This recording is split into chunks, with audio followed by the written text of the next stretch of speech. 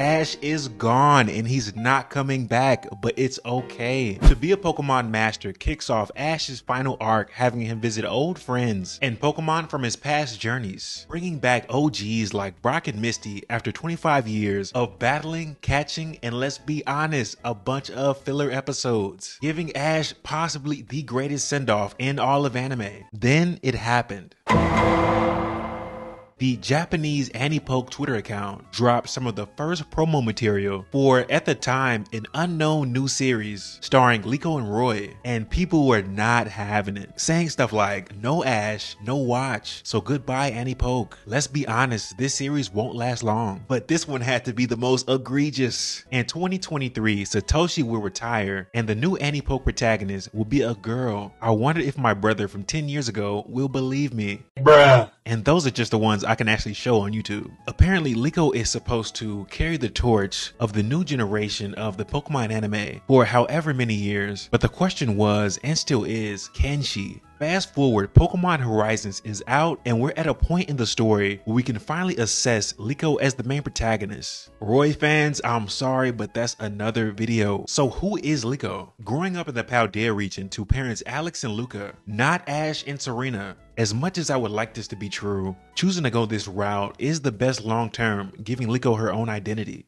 Even though the hairpin has not been explained yet, so there is a possible connection, but definitely not blood related. She'd be given a mysterious pendant from her grandmother Diana. Soon after, she'd be enrolled in Indigo Academy in the Kanto region to begin her journey as a Pokemon trainer. In the first 2 episodes, we're introduced to the main cast and the evil team, so we see how Liko interacts with others and handles conflict. Now, what were my first impressions? The bus scene was brutal. The awkward exchange between her and her classmates, plus the Rattata encounter, I'm thinking, yeah, she has a long way to go, but that's a good thing. The worst thing they could have done was give her a level 100 shiny Rayquaza off bat.